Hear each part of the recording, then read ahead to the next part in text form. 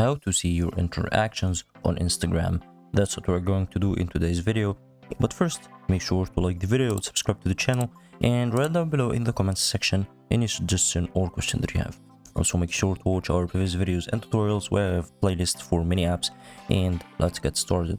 So if you don't know, Instagram records your interaction. So if you liked or commented on someone's post, that's recorded and you can undo it from the settings. So let's go to Instagram directly and do this. We're here on iOS, go to Instagram, let's search for it and open it.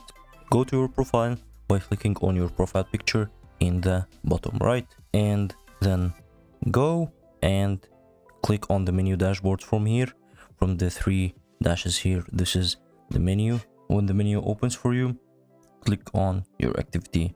Under just below the settings icon, there is your activity button. Click on it, and here all your activity recording on Instagram is here. You can see the time spent on Instagram, your photos and videos, your interactions from here, and your account history and recent searches. We need to remember is interactions. Click on interactions just under photos and videos. Click on it, and as you can see here, the latest comments.